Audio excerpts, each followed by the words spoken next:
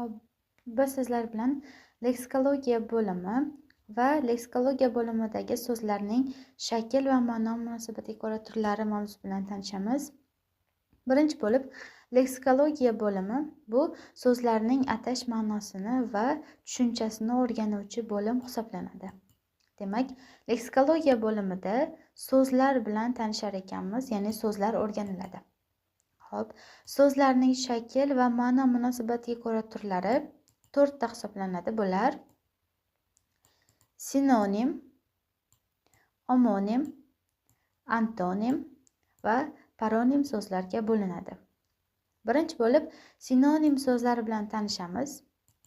Sinonim so'zlar deb bir umumiy ma'noni ifodalovchi ikki va undan ortiq so'zlarga sinonim, ya'ni ma'nodosh so'zlar deyiladi.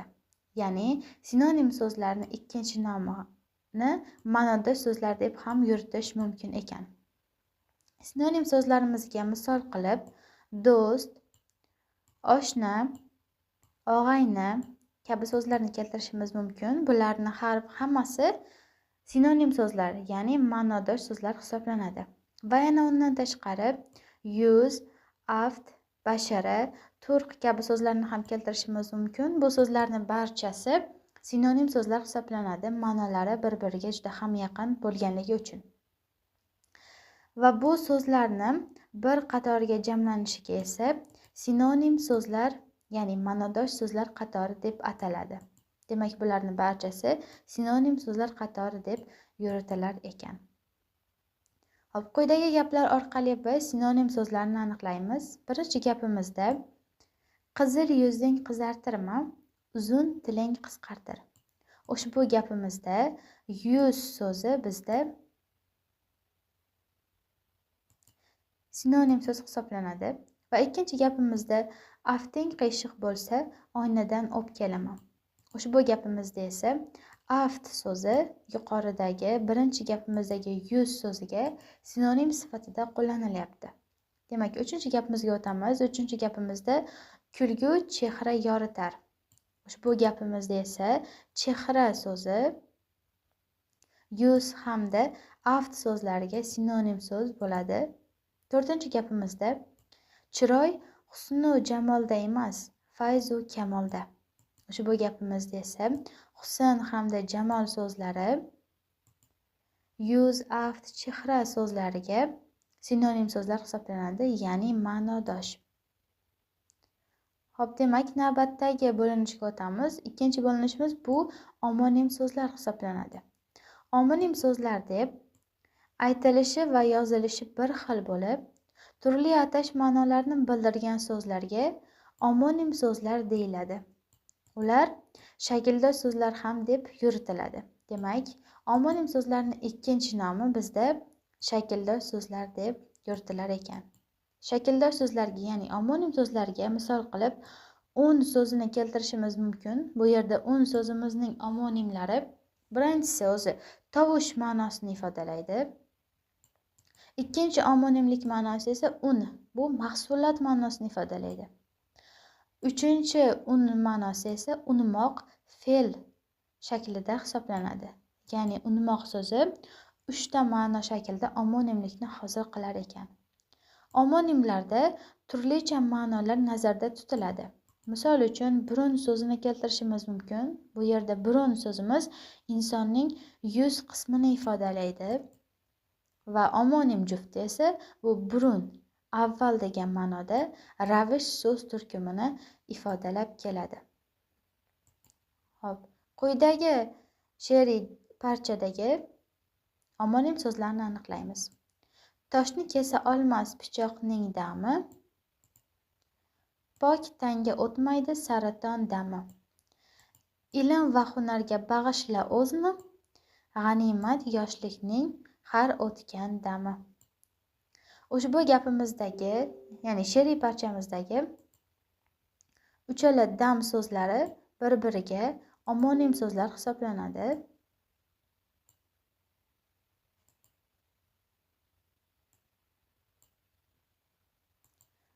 Ya'ni birinchi qatordagi dam so'zimiz bu yerda pichoqning tig'i ma'nosida keltirilgan.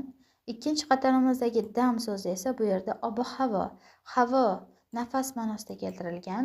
Uchinchi dam so'zimiz esa bu lahza, ya'ni ravish so'z turkumi ma'nosida keltirilgan. Endi quyidagi so'zlarni tahlil qilamiz. Gaplardagi shaklda so'zlarni, ya'ni omonim so'zlarni aniqlaymiz. Birinchi gapimizda endigina bargak yozgan tolzordan mayin shamol esdi. Otaxon patnisga bir hovuch bargak, bir siqim mayiz, 5-6 ta yong'oq qo'ydi. Ushbu gaplarimizdagi bargak so'zlari bir-biriga omonim so'zlar hisoblanadi. Ikkinchi gapimizda esa o'ng qo'li bilan asta peshonasidagi terni artdi. Abdurahim pishgan qirmizi olmalarni savatga terdi. Ushbu gaplarimizdagi ter so'zi omonimlikni yuzaga keltirgan.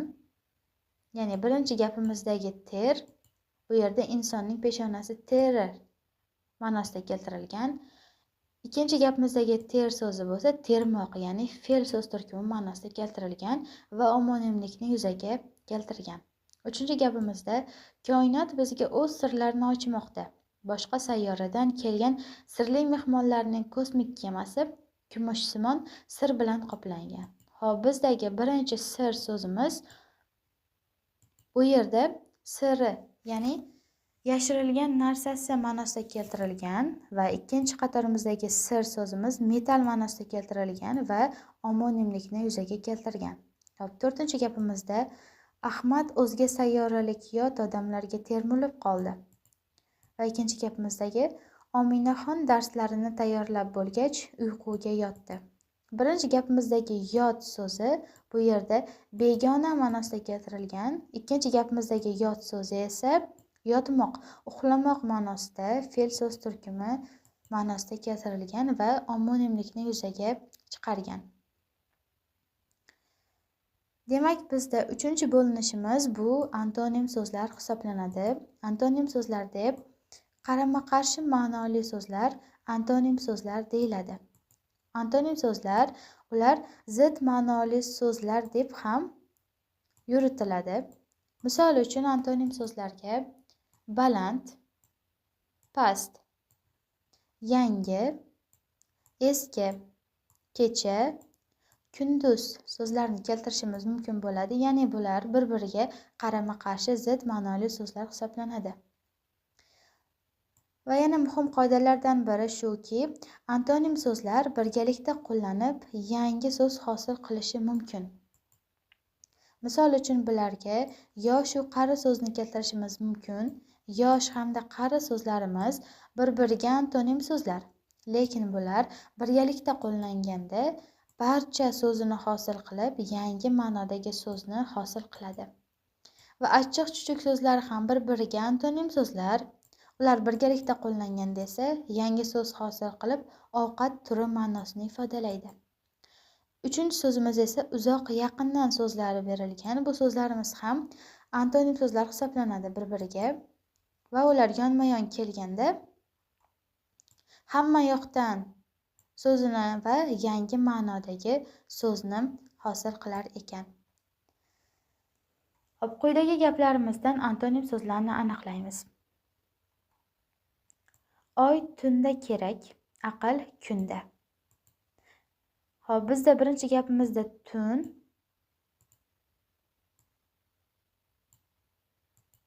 hamda kun so'zlari bir-biriga antonim so'zlar hisoblanadi. Ikkinchi gapimizda esa yomon kelsa buzar, yaxshi kelsa tuzar gapi keltirilgan. Bu yerda yomon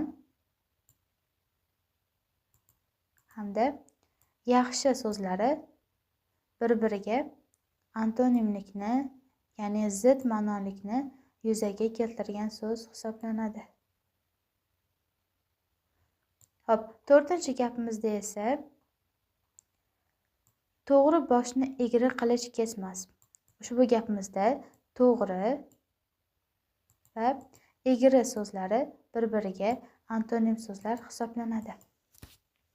Hop, so'zlarimizni to'rtinchi bo'linishi esa paronimlar hisoblanadi. 4-bo'linishimiz bizda paronim so'zlar deb talaffuzi va yozilishi bir-biriga juda yaqin, lekin ma'nolari farqli bo'lgan so'zlarga paronimlar deb yuritiladi. Misol uchun, yod hamda yod so'zlari, bob va bob so'zlari, xalos va xolos so'zlarini keltirishimiz mumkin. Ya'ni paronim so'zlarimiz bizda yod hamda yod so'zlarida d hamda t tovush bilan farqlanadi. Bob so'zimizda p, bob so'zimizda esa b tovush bilan farqlanadi. Xalos so'zimiz bilan xolos so'zimizda esa a unlisi hamda o unlisi bilan farqlanadi. Bundan tashqari, hiyla so'zimizda, ya'ni chuqur tilor qavmdoshi bo'lganda biroz ma'nosini ifodalaydi.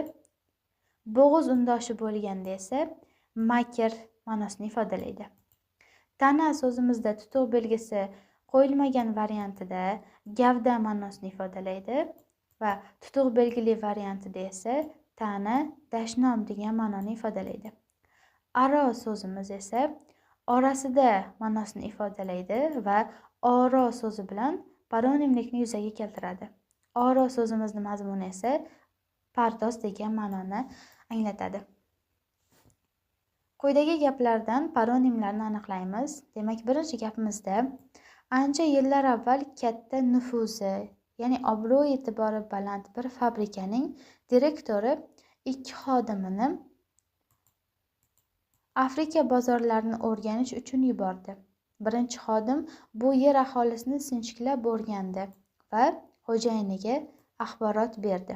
Bu yerdan bizga hech qanday foyda yo'q. Chunki nufusi, ya'ni aholisi juda qashshoq ekan. Yalang oyoq yurar ekan. Demak, bizda birinchi gapimizda paronimlikni yuzaga keltirgan so'zlarimiz nufuzi so'zi. Nufuz so'zi bu yerda obro' e'tibor ma'nosida keltirilgan va nufusi so'zimiz esa navbatdagi paronim juftligimiz bunda aholi ma'nosida keltirilgan.